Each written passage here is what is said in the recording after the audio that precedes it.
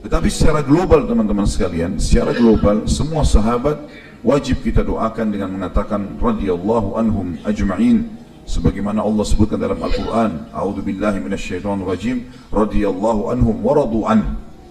Makanya Aisyah radhiyallahu anha pernah ditanya di zaman Uthman bin Affan menjadi khalifah, mulai ada gosip-gosip, berita-berita menyalahkan Abu Bakar sama Umar, ya, radhiyallahu anhum ajma'in.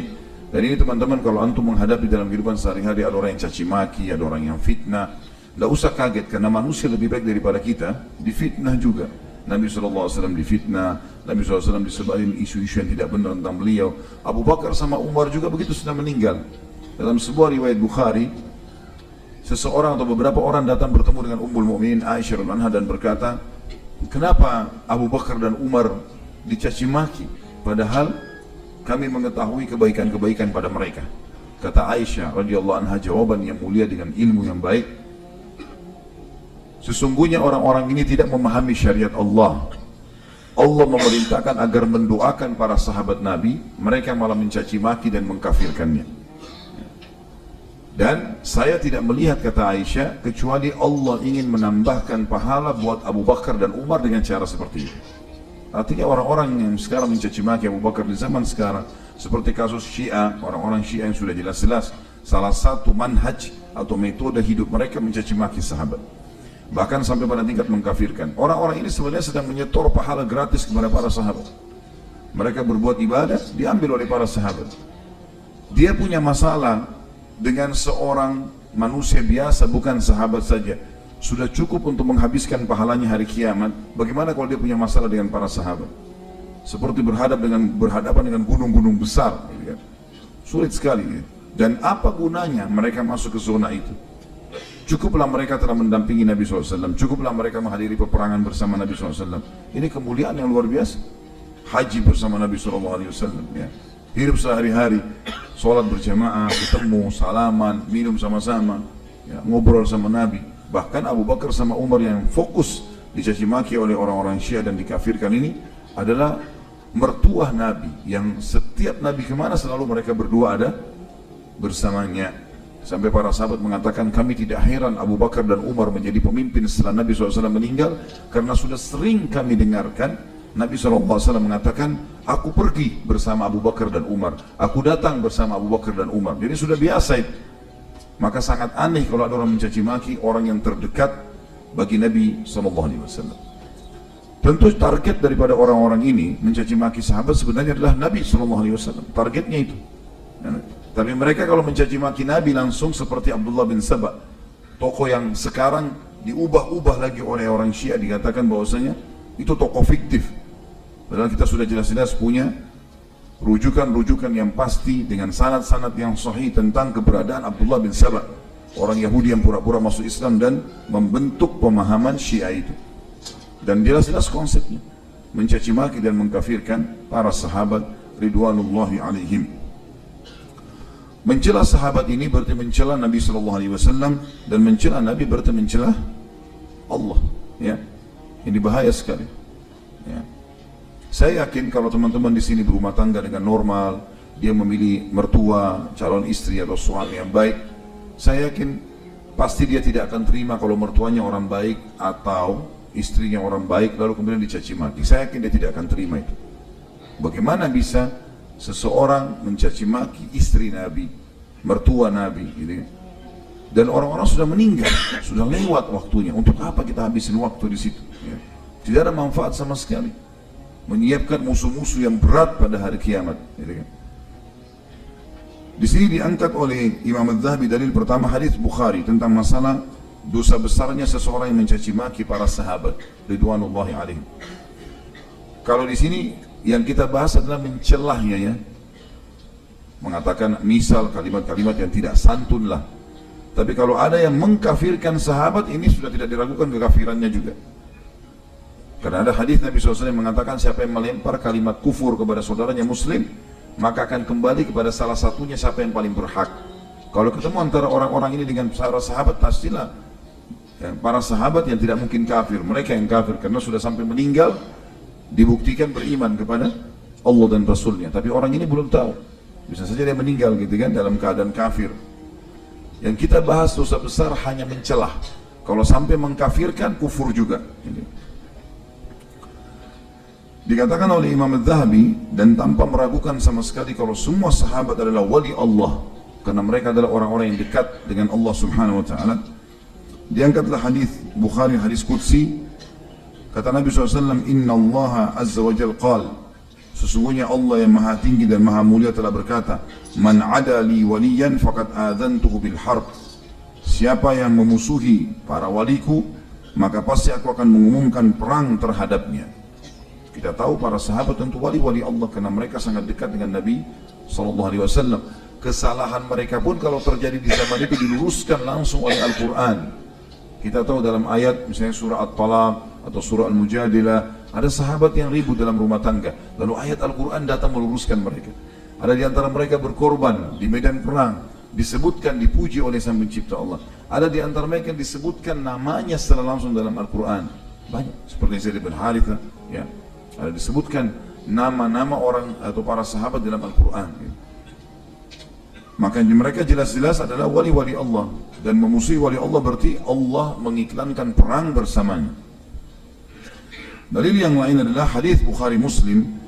Nabi SAW bersabda sebagaimana sudah saya bacakan tadi, La tasubbu ashabi, huwa alladhi nafsu Muhammadin biyadi, law anfaqa ahadukum mithla Uhudin dhahaba, ma balaga mudda ahadihim wala nasifa. Janganlah kalian mencelah sahabat-sahabatku, karena demi zat yang jiwaku berada di tangannya, seandainya salah seorang dari kalian menginfakkan emas sebesar gunung Uhud, niscaya tidak akan menyamai satu mud atau separuh dari infak mereka. Satu mud bersatu genggam, setengahnya pun tidak bisa kita samai kalau kita berinfak dengan satu gunung Uhud semuanya emas. Juga Aisyah mengatakan dalam hadis yang sahih, dan hadis ini diriwayatkan Imam Muslim, umiru bil istighfari li ashabi Muhammadin sallallahu alaihi wasallam fasabbuhum. Sungguh aneh perkara orang-orang yang banyak mencaci maki para sahabat Nabi, padahal mereka diperintahkan untuk memohon ampun untuk para sahabat Nabi sallallahu alaihi wasallam, tapi mereka justru mencaci maki mereka. Sudah tahu ayatnya ya?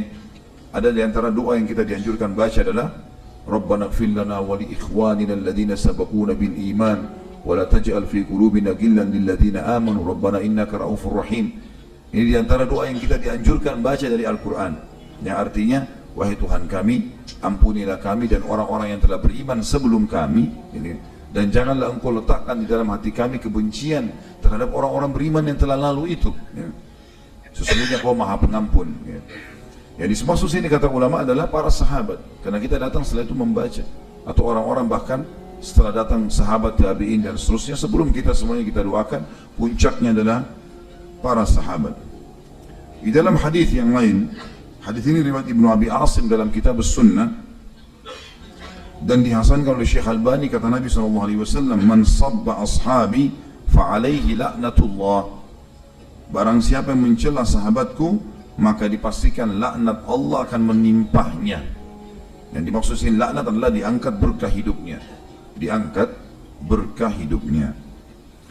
Ali radhiyallahu anhu berkata di dalam sebuah hadis, dan hadis ini diriwayatkan Imam Muslim dalam Kitabul Iman, Walladhi falaqal habbata wa bara'an nasama innahu la ahdun nabiyyil ummi ilayya la yuhibbuni illa mu'minun wa la yubghiduni illa munafiq. Demi zat yang membelah benih dan menciptakan nyawa, sesungguhnya janji Nabi yang ummi, maksudnya Nabi Muhammad SAW, cirinya ummi, tidak bisa baca dan nulis, kepadaku adalah tidak ada yang mencintaiku melainkan seorang mukmin, dan tidaklah membenciku melainkan seorang munafik. Orang-orang Syiah mengatasnamakan mencintai Ali, mengatasnamakan, tapi mereka sebenarnya tidak mencintai. Yang mencintai adalah ahli sunnah. Terbukti tidak pernah ada satu ahli sunnah pun yang mencaci maki Ali radhiyallahu anhu. Kita semua mengatakan radhiyallahu anhu, kita akui khulafaur rasyidin yang keempat, kita akui sebagai anak mantu Nabi SAW, kita akui sebagai sepupu Nabi SAW, dan kisah-kisahnya dinukil, fadilah-fadilahnya disebutkan, ya. Tidak ada sama sekali yang kita celah. Istrinya Fatimah radhiyallahu anha kita puji, dimuliakan, anak Nabi SAW, anaknya Hasan dan Husain. radhiyallahu anhum ajma'in. Kita puji Hasan dan Husain, kita mengatakan radhiyallahu anhum ajma'in, dan kita akui hadis-hadis Nabi SAW tidak terkecuali memuji kedua cucu beliau yang mulia ini, gitu kan? Tapi orang-orang Syiah tidak. Sampai sekarang pun mereka ada yang menghina Hasan. Mereka anggap Husain saja yang bisa diakui. Bahkan yang diakui adalah keturunannya dari Husain. Kenapa? Hasan sempat menyerahkan kekuasaan kepada Muawiyah radhiyallahu anhu ajma'in. Padahal Nabi SAW pernah tunjuk Hasan dan berkata, Inna bni hadha sayyidun, sesungguhnya anakku ini atau cucuku ini adalah tuan. Wala Allah yusluhu biyadihi baina fi'ataini kabiratain. Semoga saja Allah akan memperbaiki pertengkaran yang akan terjadi di antara dua kelompok besar muslimin. Dan itu terjadi pada saat Hasan radhiyallahu anhu memberikan kekuasaan kepada Muawiyah agar muslimin tidak berperang, ya kan? Dan kita akui semua itu. Tidak ada satupun yang kita pungkiri. Jadi orang-orang Syiah, teman-teman, tidak punya celah sebenarnya untuk memusuhi ahli sunnah. Dan ini menandakan manhaj yang mereka gunakan atau metode jelas-jelas bukan dari umat Islam. Ini bukan dari Islam, dari Abdullah bin Saba, si Yahudi yang pura-pura masuk Islam, ya kan? Kalau mereka betul-betul mengaku pengikut Ali, maka mereka tidak akan memusuhi ahli sunnah, tidak akan menghalalkan darahnya. Kita lihat sekarang di Syria, luar biasa, 200.000 sekian darah umat Islam dibantai. Di Lebanon begitu juga, di Irak juga begitu. Dan mereka menganggap itu adalah syahid. Mereka menganggap bahwasanya mereka mati syahid kalau mereka perang dengan ahli sunnah, gitu kan? Muslimin, ahli sunnah wal jamaah, seperti di Saudi, seperti di Indonesia, di mana saja negara Islam, ada orang-orang Syiah di dalam wilayah mereka tidak pernah ahli sunnah ganggu. Dinasihati, didakwahi, nggak pernah diperangi. Belum pernah ada sejarah ahli sunnah sengaja mengeluarkan fatwa untuk membunuh orang Syiah secara umum langsung atau memerangi mereka. Tapi terbalik, kalau orang-orang Syiah yang berkuasa, maka halal darahnya ahli sunnah, ya. Artinya ini sudah jelas-jelas bagaimana bisa dikatakan bagian dari kaum muslimin. Ada banyak kelompok yang menisbatkan diri kepada Islam tapi tidak menghalalkan darah muslimin. Di kelompok ini maka mereka mencaci maki sahabat, bahkan mungkin kalau sahabat hidup mereka akan siap untuk membunuhnya. Ini berbahaya sekali, ya. Ini berbahaya dan tidak bisa sama sekali dibiarkan pemahaman seperti ini. Tentu yang kita benci di sini adalah pemahamannya. Ingat kalimat ini, ya. Kita tidak boleh dalam Islam membenci fisik. Kalau ada orang pernah menjadi kelompok Syiah, caci maki para sahabat, bahkan ada orang kafir pernah memerangi kaum muslimin, kalau dia sudah meninggalkan perilakunya dan bertaubat, hukumnya hukum sekarang, ya, hukumnya adalah hukum sekarang setelah taubat, gitu. Jadi yang sedang kita bahas adalah masalah karakter atau kesalahan pemahamannya. Dikatakan apabila ini yang disabdakan Nabi SAW dalam rangka menyebutkan hakikat atau keutamaan Ali, maka tentu Abu Bakar As-Siddiq lebih utama dan lebih patut, karena beliau adalah manusia yang paling utama setelah Nabi SAW. Dan keyakinan Umar dan Ali radhiyallahu anhum ajma'in adalah bahwa barang siapa yang lebih mengutamakan seseorang di atas Abu Bakar, maka dia dicambuk seperti yang membuat-buat kebohongan. Jadi di zaman Umar bin Khattab, kalau ditemukan ada orang yang mencaci maki atau menganggap bahwasanya ada sahabat lebih baik daripada Abu Bakar, dicambuk. Di zaman Ali pun begitu. Sampai Abdullah bin Sabah pun dihukum oleh Ali bin Abi Thalib karena dia mengatakan bahwasanya Abu Bakar sama Umar dan Uthman merebut khilafahnya Ali. Ali sendiri radhiyallahu anhu, kita punya sanad-sanad sahihnya.